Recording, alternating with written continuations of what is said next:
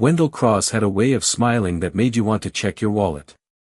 He was doing it now, leaning back in a leather chair in a conference room on the 19th floor of a law office in downtown Denver, tapping a gold pen against a legal pad like he was keeping time to a song only he could hear. "Let's be honest with each other, Mr. Doyle," he said. "You've got a house with a mortgage, a truck that's not even paid off, and a business that, from what my client tells me, hasn't turned a real profit in years. My client is entitled to half of a marriage. And half of nothing is still nothing. So let's not waste each other's time pretending there's a fight here." Across the table, my wife of 9 years sat with her hands folded, not looking at me. Renee had always been good at not looking at people when it mattered most. She was wearing a blazer I didn't recognize, her hair freshly done, and there was a version of calm on her face that I knew wasn't really calm at all. It was performance. I'd watched her rehearse for client presentations for years. I knew what preparation looked like on her. Wendell kept going, warming up now, enjoying himself. "You can make this easy or you can make this expensive, and either way you end up in the same place. My client walks away with the house, half of whatever's sitting in your accounts, and reasonable support given the lifestyle she's grown accustomed to. And frankly, Mr. Doyle, given what we've found in discovery so far, there isn't much else to divide. You don't have anything you can hide from us." I let the silence sit for a moment. I've learned that silence is the most underused tool in any negotiation. People fill it with information you didn't have to ask for. "Are you finished?" I asked. Wendell's smile flickered, just slightly. "I'm giving you a chance to be reasonable." "I appreciate that," I said. And then I reached into my bag, and I pulled out a manila folder, thick with documents, tabbed and labeled the way I label everything, and I set it on the table. I didn't slide it hard. I didn't make a show of it. I just placed it in the middle of the table and pushed it forward with 2 fingers, the way you'd push a chess piece into position when you already know how the next 6 moves are going to go. "Before you tell me what I have and don't have," I said, "you might want to look at this." Wendell opened it slowly, the way a man opens something when he suspects it's going to ruin his morning. I watched his eyes move across the first page. Then the second. Then he stopped smiling altogether. The room went very quiet. Renee's hands, still folded on the table, went still in a different way than before. Not composed. Frozen. "My name is Marcus Doyle. I'm 42 years old. I run a real estate development company out of a converted warehouse 2 blocks from Union Station in Denver, and before that folder hit the table, my wife's lawyer thought he knew exactly what kind of man he was dealing with. He thought he was dealing with a guy who flipped a few houses, made decent money, and had nothing more sophisticated than a savings account. He had no idea what he was actually looking at. But to understand what was in that folder, and why it mattered, I have to take you back. Because the story of how I ended up sitting across a conference table from my own wife, watching her lawyer's face change color, is a story that started years before that morning. And like most stories like this, the ending was written a long time before either of us realized the book had already turned its final page. I met Renee Whitfield 11 years ago at a charity gala for a children's hospital in Denver. I was 31. She was 28, working as an event coordinator for a firm that did high-end corporate functions, and she had this way of moving through a crowded room that made you think she owned the building. She had opinions about everything. Lighting. Seating charts. The exact temperature a room needed to be for people to feel comfortable spending money. I found it magnetic. I still think, honestly, that some part of me fell for the confidence before I fell for the person underneath it, and I didn't understand the difference between those 2 things until it was far too late to matter. At the time, I was 3 years into building my own development company. I'd started small, buying distressed duplexes in up-and-coming neighborhoods, fixing them, renting them, refinancing, buying more. It wasn't glamorous work. It was spreadsheets and contractor calls and driving to inspect roofs at 6 in the morning before my day job as a project manager for a bigger firm. I hadn't quit that job yet. I was building the foundation quietly, the way my father had taught me to build everything, which is to say slowly, and without announcing it to anyone until it was too sturdy to knock down. We dated for a year and a half. We got married at a vineyard outside Boulder, 140 guests, string lights, the kind of wedding Renee had been planning in her head since she was probably 12 years old. My father gave a toast that made half the room cry. My mother, who passed 2 years before any of this happened, wasn't there to see it, and I remember standing at the altar wishing she could have been. For the first few years, things were good. Genuinely good. I quit my job and went full-time into development. Renee kept working events, and we lived modestly, because that's how I've always operated. I don't believe in spending money to look successful. I believe in spending money to become successful, and letting the looking successful part take care of itself later, quietly, on its own schedule. By year 4 of the marriage, I had 22 rental units and had just closed on my first ground-up development, a 12-unit building in a neighborhood that everyone told me was a bad bet. It wasn't a bad bet. It just hadn't happened yet.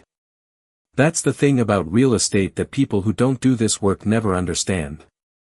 You're not betting on what a neighborhood is. You're betting on what it's going to become, and then you're patient enough to let the world catch up to your math. Here's where I have to be honest about something, because it matters for everything that comes after. Early in year 5, Renee and I went through a hard stretch. I was working constantly. She felt like she'd married a spreadsheet instead of a person, and she wasn't entirely wrong to feel that way. We fought more than we ever had. There were a few months where I genuinely thought we might not make it. We went to counseling. We talked about what we each needed. And out of that stretch came something neither of us had planned on when we got married, a postnuptial agreement. It wasn't romantic. I know that. But it was, in its way, an act of respect. My business had grown into something real by that point, something with actual value attached to it, held entirely inside a holding company I'd formed years before we ever met. My attorney at the time, a woman named Priya Anand who has represented me ever since, sat us both down and walked through it in plain language. The company and its assets, along with anything built from its growth, would remain separate property. In exchange, Renee would be protected in other ways. A guaranteed division of marital assets outside the company. A support structure if things ever ended. It was fair. It was clear. And critically, it was something Renee reviewed with her own independent attorney, signed with full understanding, and even, at the time, told me she was relieved by, because it meant she never had to wonder whether I was going to walk away and leave her with nothing while I kept everything the business had become. I want to be clear about something, because I know how this sounds from the outside. I didn't draft that agreement because I suspected, even then, that our marriage was going to end. I drafted it because I'd already learned, from watching business partnerships collapse without documentation, that the worst time to figure out who owns what is after everything has already fallen apart. You put structure in place when things are calm, not because you expect the storm, but because you know storms happen to everyone eventually, and the people who survive them are the ones who prepared while the sky was still clear. After that stretch, things got better. Genuinely better, for a few years. Renee left the events company and started her own design firm, doing high-end residential interiors, and I helped her get it off the ground the same way I'd help any promising venture, with capital and patience and introductions to people who could send her clients. She was talented. She built something real. I was proud of her, and I told her so often, because I've always believed that the people you love should hear specifically what you admire about them, not just vague affirmations. The business, meanwhile, kept growing the way it's supposed to when you do the work right. By year 8 of our marriage, the holding company, Cascade Peak Holdings, had interests in 6 developments across Denver and 2 in Colorado Springs. On paper, to anyone who didn't know how to read a corporate structure, it looked like nothing more than a modest LLC with some rental income. That was intentional. I've never believed in advertising the size of a portfolio, not to competitors, not to contractors who'd suddenly discover new reasons to raise their quotes, and frankly, not to acquaintances who start treating you differently the moment they learn a number. I didn't realize, at the time, that keeping that number quiet from the world would eventually mean my own wife didn't fully understand it either. That's on me. I'll own that. I told her, in general terms, that things were going well. I never sat her down with a balance sheet. I assumed, the way you assume things in a marriage that feels stable, that there would always be time for that conversation later. There wasn't. The warning signs started about a year before the folder ever hit that conference table, though I didn't recognize them as warning signs while they were happening. I recognized them the way you recognize a pattern in a chart after the fact, when you can finally see the whole shape of it instead of just the noisy little movements day to day. Renee started working later. Her design firm was successful by then, and late nights made sense on paper. But the late nights started overlapping strangely with a business partner of mine named Preston Cole. I'd brought Preston into two of my developments as a minority investor about 3 years earlier. He was smart, ambitious, good with contractors, and he had capital from a family inheritance that he wanted to put to work. I liked him. I trusted him enough to give him visibility into deals most outside investors never saw. I introduced him to Renee at a dinner we hosted for a handful of partners and their spouses, the kind of evening where I talk shop and everyone's better half makes polite conversation until dessert. I didn't think anything of it when Preston and Renee discovered they'd both grown up skiing the same small resort in Utah. I didn't think anything of it when they started texting about a restaurant recommendation, then another, then a running joke that outlasted the joke's shelf life by months. I've turned this over in my mind more times than I can count, and I still land in the same place. I wasn't looking, because I trusted the two people I had the least reason to suspect. That's not weakness. That's just what trust is. It only works because you don't spend it checking the locks every night. The thing that finally cracked it open was small and almost absurd in how ordinary it was. I was setting up a new laptop for Renee's business, migrating files from her old one, when a message notification popped up on a messaging app one didn't know she used for anything other than her design vendors. It was from Preston. It said, simply, "Can't stop thinking about Saturday." I sat with that message for a long time before I did anything about it. I want to be honest about what that moment felt like, because I think people expect a story like this to be about rage, and it wasn't, not at first. It was about a strange, hollow quiet, the kind you feel standing in a house after everyone's left and the furniture is still arranged the way it always was, except you suddenly understand you're the only one who still lives there. I didn't confront her that night. I've built an entire career on the principle that the person who reacts first in a negotiation is almost always the person who loses it. So I did what I always do when the ground shifts under a deal. I got quiet, and I got methodical. I remember standing in the bathroom afterward, running the water so she wouldn't hear anything through the wall, staring at myself in the mirror for longer than I usually let myself do that kind of thing. I wasn't looking for an answer. I think I was just checking whether my face still looked like the face of a man whose life hadn't just quietly cracked down the middle. It did. That surprised me more than anything else that night. You expect a moment like that to leave a mark you can see. It doesn't. It just sits there underneath everything, waiting for you to decide what you're going to do about it. I called my sister first, before I called anyone else, not to ask her what to do, but because Dana has a way of making me say things out loud that I'm still only half admitting to myself. She's a family law paralegal, ironically enough, has been for almost a decade, and she's heard more stories like this one than either of us would like to count. Don't do anything for at least a month, she told me over the phone, her voice steady in the specific way it gets when she's talking to me as a professional instead of as a brother. I know that's the hardest advice to take right now. But the version of you that reacts in week 1 is never the version of you that ends up protected in month 6. Gather everything first. Feel whatever you need to feel on your own time. Just don't let her see any of it happening. I don't plan on making a scene, Dana. I know you don't. That's not what I'm worried about. I'm worried about the quieter version of making a scene, where you start pulling money out of accounts or changing locks or doing something that feels smart in the moment and looks reactive to a judge 6 months from now. Slow is armor right now, Marcus. Slow is the only thing that's going to protect you. I took that seriously. Everything I did over the following weeks, I filtered through that one piece of advice. Over the following 6 weeks, I did what I do for a living, which is diligence. I pulled bank statements from accounts I had access to.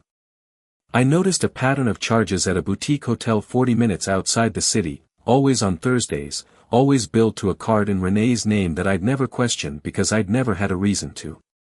I checked Preston's calendar, which, as a business partner, I had partial visibility into for scheduling purposes, and found blocks marked simply personal on the same Thursdays. I hired a private investigator, a quiet, unremarkable man named Gary Holt who used to work fraud cases for an insurance company before going independent, and I asked him to confirm what I already believed rather than to go looking for something that wasn't there. Confirmation, not fishing.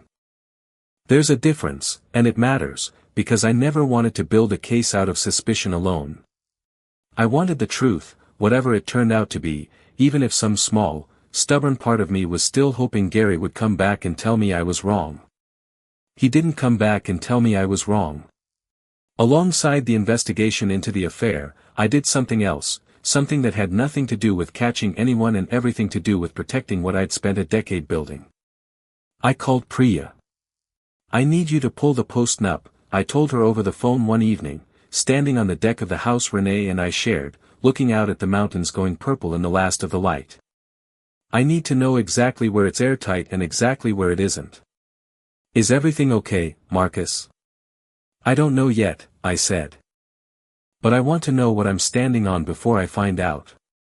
Priya had drafted the agreement herself years earlier, and she knew it the way a good architect knows a building they designed. She walked me through it line by line over the course of 2 long calls. The holding company and every asset built through it, separate property. Any appreciation in value during the marriage, separate property, so long as no marital funds had been directly invested into the company, which they hadn't, because I'd always kept business and household finances in scrupulously separate accounts specifically to preserve that distinction. The house we lived in, marital property, subject to standard division. A defined support structure if the marriage ended, generous by most standards, but bounded, predictable, already agreed to. It's clean, Marcus, Priya told me. It's about as clean as these things get. If this ever goes to a courtroom, there isn't much for anyone to argue with. I asked her one more question before we hung up. What about misconduct? If there's infidelity involved, does that change anything? In Colorado, it doesn't affect property division, she said. We're a no-fault state for that purpose. But it can absolutely affect how a judge views credibility, and depending on circumstances, it can matter for spousal support if someone's trying to argue need versus lifestyle. More than that, though, Marcus, if this is where I think it's going to matter for how confidently the other side walks into that room. People who think they're the wronged party negotiate very differently than people who know they're not. I didn't say anything for a moment. Talk to your father, Priya said, gently, in the way she does when she's stepping slightly outside the role of attorney and into the role of someone who's known me for 11 years. Before you decide what you want your next move to look like. Talk to your father first. My father, Walt Doyle, spent 31 years as a machinist at a manufacturing plant in Pueblo before he retired. He raised my sister and me mostly on his own after my mother passed, in a house he still lives in, 2 bedrooms, paid off, a workshop in the garage where he still builds furniture nobody asked him to build because his hands don't know how to sit still. He taught me chess when I was 7, on a board he made himself out of scrap walnut and maple, and he taught me something in the process that I've carried into every deal I've ever made. I drove down to Pueblo the following weekend. We sat on his back porch with 2 cups of coffee, and I told him everything. The messages. The hotel. Preston. The post-nup. All of it, laid out the way I'd lay out due diligence for an investor, facts first, feelings after, because that's how he taught me to think through anything that actually mattered. He was quiet for a long time after I finished. Long enough that a hawk had time to cross the whole width of sky above his yard before he said anything at all. You remember when you were 9, he finally said, and you had me in a corner on the board, and you got so excited you moved your queen out early to try to finish it fast. I remember you took my queen about 4 moves later, I said. I did. Because you forgot the whole point of the game. It's not about how fast you can make someone feel what you're feeling. It's about whether you're still standing when the board's empty. He turned his coffee cup slowly in his hands. She made her choice already, son. Whatever she does or says next, the choice is already made. Yours is the only one still open. So don't rush at trying to make her feel something. Make the move that leaves you standing. What does that look like? I asked. It looks like you finding out exactly what you're protecting, and protecting it without making a sound until you have to. He looked at me. Did you build all this because you needed someone to see it, or because you wanted to build something that would still be standing no matter what happened to you? The second one, I said. Then let it stand, he said. Don't burn it down trying to prove a point. Let the paperwork make the point for you. I drove home that night with something settled in me that hadn't been settled in weeks. Not peace, exactly. Clarity. There's a difference, and clarity is the more useful of the two when you've got real decisions in front of you. In the weeks between finding that message and confronting her, I kept living inside the marriage the way you keep working in an office building after you've already accepted a job somewhere else. I made her coffee in the mornings. I asked about her day.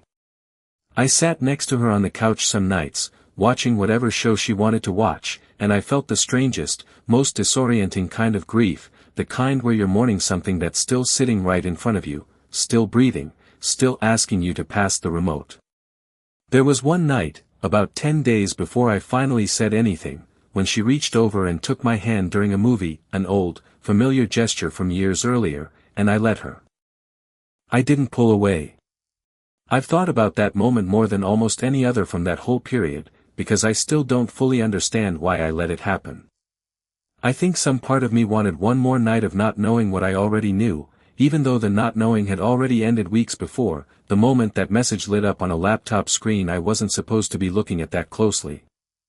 I confronted Renee 2 weeks later, on a Sunday evening, in the kitchen of the house we bought together 6 years earlier. I didn't ambush her. I told her in the morning that we needed to talk that night, and I watched something in her face flicker, a small, involuntary recognition that the ground was about to move. I know about Preston, I said, once we were sitting across from each other at the kitchen island. No preamble. I've never seen the value in circling something you already know the shape of. She didn't deny it. I'll give her that much. She sat very still for a moment, and then she said, quietly, "How long have you known?" Long enough to be sure before I said anything. Marcus, she started, and then stopped, and started again, the way people do when they've rehearsed an explanation that suddenly doesn't sound like enough once it's actually being spoken out loud. It wasn't supposed to become what it became. I was lonely. You were always working, and I know that's not an excuse, but I felt like I'd married your company instead of you, and Preston. You don't have to explain Preston to me, I said. I know exactly who Preston is. I brought him into my life. I introduced him to you. I kept my voice level, because I'd promised myself, on the drive back from Pueblo, that whatever happened in this conversation, I wasn't going to let it turn into something loud. What I need to know is what you want. I don't know, she said, and for a moment I believed that was actually true. I think I want out. I think I've wanted out for a while and didn't know how to say it. Then say it, I said. Because I'm not interested in living inside a marriage that only one of us is actually still in. She asked me, before we left the kitchen that night, whether I hated her.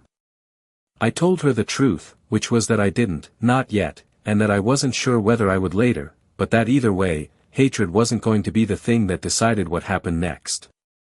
She seemed almost unsettled by that answer. I think she'd braced herself for something louder. I think, in some strange way, a louder reaction might have made it easier for her to cast herself as the person who'd finally escaped something unbearable, instead of the person who'd simply chosen someone else while I wasn't looking. We separated within the month. It was, on the surface, remarkably calm. Renee moved into an apartment near her studio. We agreed to handle things through attorneys rather than through arguments in our own kitchen. And for a while, I genuinely believed it might stay that way, quiet and adult and reasonably dignified. It didn't stay that way, because somewhere in those early weeks, someone, whether it was Renee or Preston or some combination of the two working together, decided that the smartest play was to bet that I'd never let anyone see the real size of what I'd built. That I'd kept things quiet for so long, out of habit and discretion, that I'd rather write a large check than let a courtroom or a negotiation table see the truth. They weren't wrong that I valued privacy. They were wrong about what I'd sacrificed to protect it. Wendell Cross entered the picture about 6 weeks after the separation, a divorce attorney with a reputation, according to Priya, for being aggressive early and loud, on the theory that most people cave the moment someone raises their voice with enough confidence.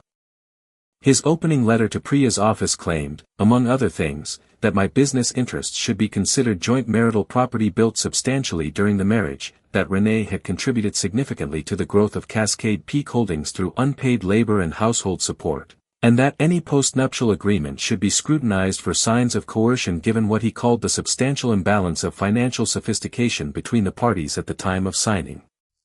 I read that letter twice. The first time, I felt something close to anger, the closest I'd come to it through the entire process. The second time, I felt something closer to clarity again, the same clarity my father had handed me on his back porch. They were betting I had nothing solid to stand on. They were betting wrong. Priya and I spent the next several weeks putting together exactly what would end up in that folder. Not to hurt anyone. Not to humiliate anyone in a room. To simply and completely remove any ambiguity about what was true. The folder contained the fully executed postnuptial agreement, with Renee's own signature and her independent attorney's certification attached, dated and notarized, along with the contemporaneous emails between that attorney and Priya's office confirming Renee had been advised of every term before signing. It contained a full corporate history of Cascade Peak Holdings, formed years before our wedding, with bank records showing the company had never received $1 of marital funds, every development financed through its own capital stack, every draw and distribution documented with the kind of precision that comes from a decade of not wanting to give anyone, ever, a reason to question where the money came from. It contained third-party appraisals establishing exactly what had been separate property from day one and exactly how it had grown, cleanly, on its own. And it contained one more thing, which Priya had debated including until the very end, before deciding that a lawyer threatening to attack our credibility deserved to understand the full picture before he did it in front of a judge, a summary, prepared by Gary Holt, of the documented pattern of contact between Renee and Preston Cole, not for spite, but as context for why any claim of significant contribution or financial dependency deserved to be viewed for exactly what it was.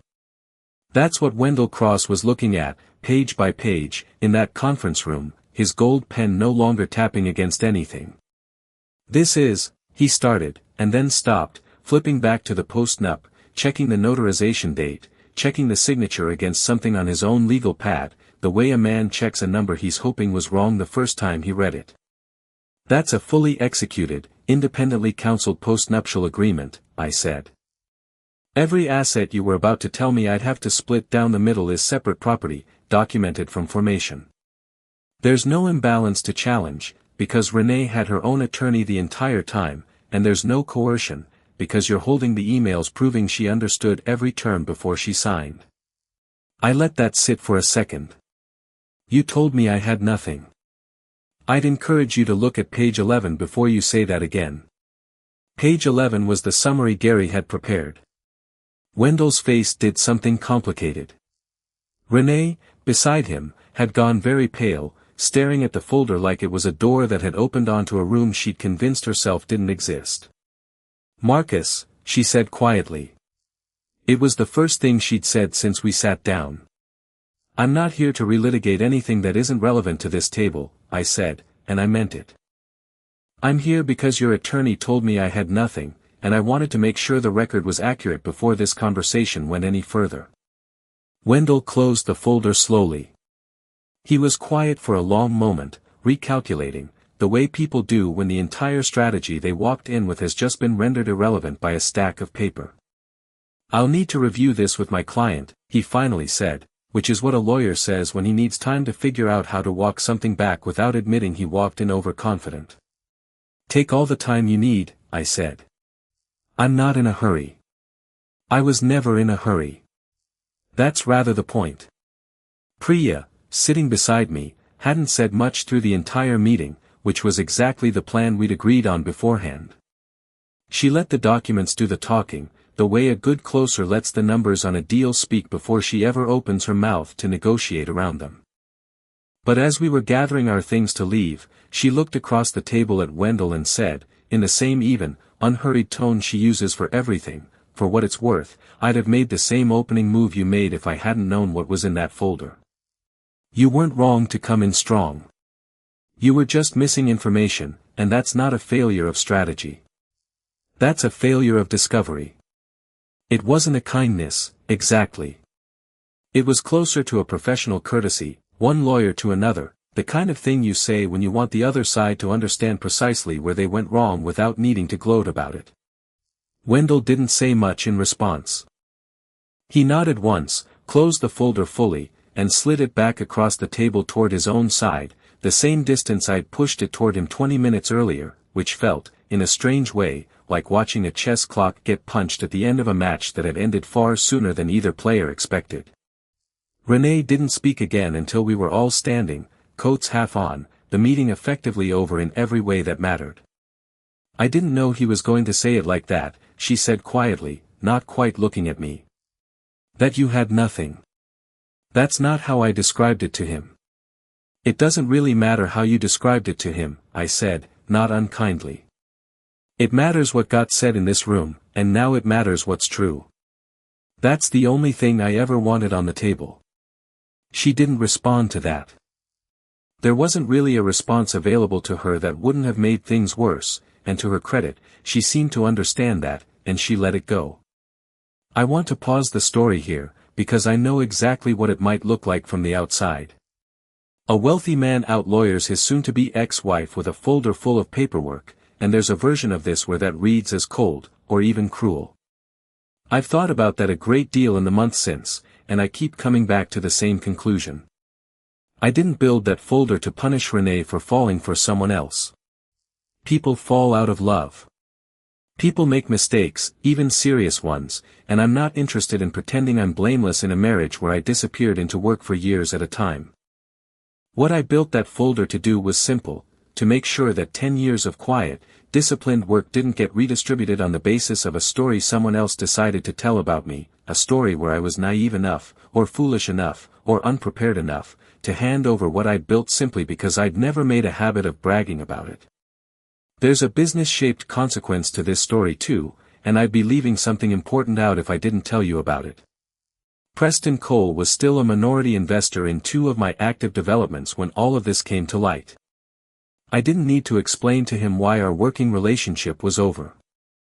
I simply exercised a buyout clause that had been sitting in our partnership agreement since the day he came on board, a clause allowing me to purchase back a partner's stake at fair market value under specific conditions, one of which was any circumstance materially damaging the trust required to operate the partnership. Priya drew up the paperwork within a week.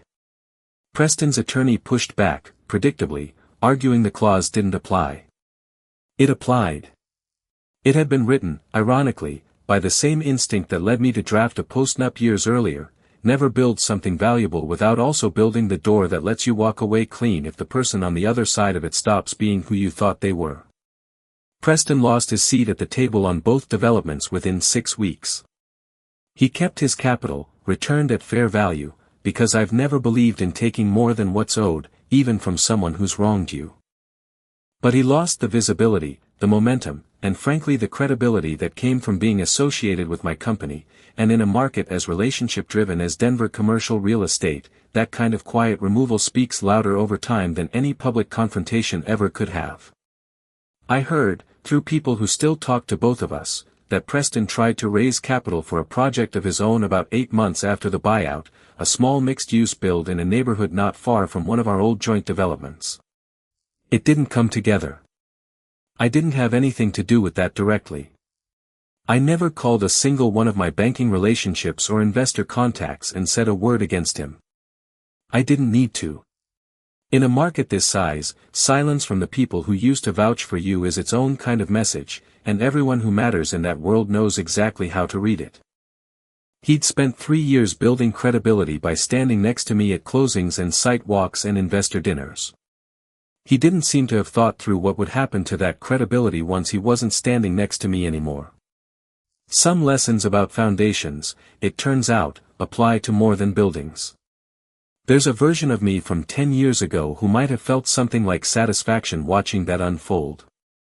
The version of me sitting here now mostly just felt a kind of quiet confirmation of something my father had told me a long time before any of this happened, that the people who cut corners to get somewhere fast rarely have the structure underneath them to stay there once the fast part runs out. The divorce itself finalized 8 months after that conference room meeting. Once the paperwork was on the table, once Wendell understood exactly what he was and wasn't able to argue, the entire process slowed down and became almost boring, in the way these things should be when there's nothing left to fight over. Renee kept her design business, which she genuinely built well and which had nothing to do with any of this. She received her share of the marital home's equity, along with the support structure the post-nup had always guaranteed her, generous, exactly as agreed, exactly as fair. What she didn't receive was a single dollar of Cascade Peak Holdings, because there had never been a legitimate claim to it in the first place, only a bet that I wouldn't be prepared to prove that. 2 years have passed since that morning in the conference room. Cascade Peak Holdings now has interests in 11 developments across the Front Range, including a mixed-use project near Union Station that broke ground last spring, 4 blocks from the warehouse where I still run the company because I've never seen the need to move somewhere flashier just because I could afford to. My father still calls me every Sunday, and we still occasionally play chess over video, and he still takes my queen more often than I'd like to admit, because some lessons you never fully stop needing to learn. I ran into Renee about 4 months ago, at a farmer's market near my house on a Saturday morning, the kind of ordinary encounter neither of us could have planned for or avoided. She looked tired in a way I hadn't seen on her before, not unkempt, just worn in a specific way that comes from things not going the direction you expected them to.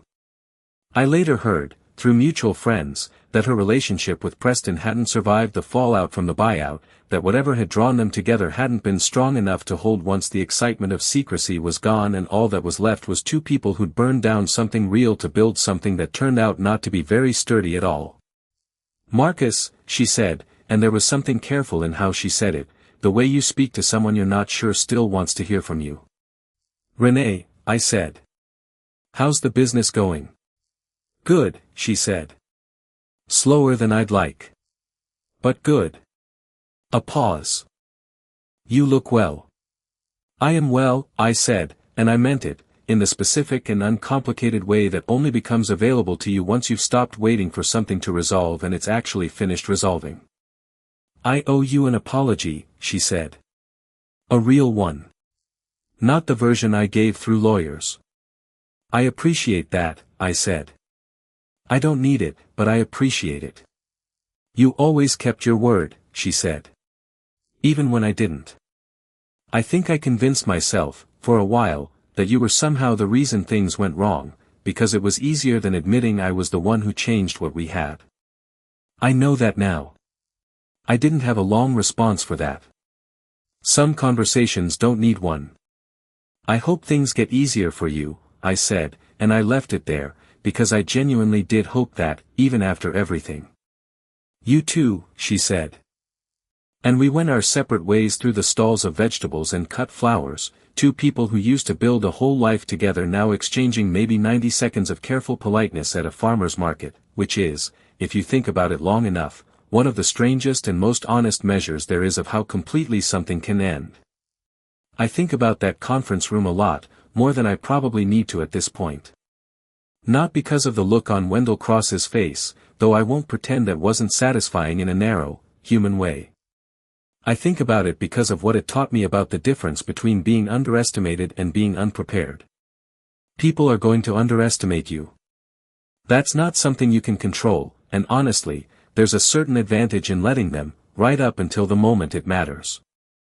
What you can control is whether you've done the work quietly, in the years before anyone's watching, so that when someone finally sits across from you and tells you what you don't have, you're able to set a folder on the table instead of raising your voice. I didn't build Cascade Peak Holdings to win an argument with a divorce attorney I hadn't met yet when I broke ground on my first duplex. I built it because my father taught me that the things worth having are the things you build slowly enough that nobody can talk you out of them later, including the people closest to you, including, sometimes, yourself on your worst days. The post-nup wasn't a weapon I kept in a drawer waiting for a chance to use it. It was a door I built when the house was calm, because I understood, even then, that calm doesn't last forever, and the people who make it through the storm are the ones who built the door before they needed it, not the ones scrambling to find one once the rain's already coming down. I don't know if Wendell Cross tells this story to other clients now, as a lesson about assuming you know what someone has before you've actually looked. I hope he does. I hope somewhere in this city there's a young attorney about to walk into a negotiation who's a little more careful about the folder someone quietly sets on the table, because they've heard about the one time it went the other way. If this story meant something to you, I'd genuinely love to hear it in the comments. Have you ever been underestimated by someone who thought they already had the whole picture? Did you stay quiet and let the truth speak for itself, or did you do something differently? Tell me below, I read every one of them. And if stories like this one resonate with you, stories about quiet people who build real things and don't need to raise their voice to protect them, go ahead and subscribe. We tell stories like this every week, and we're just getting started.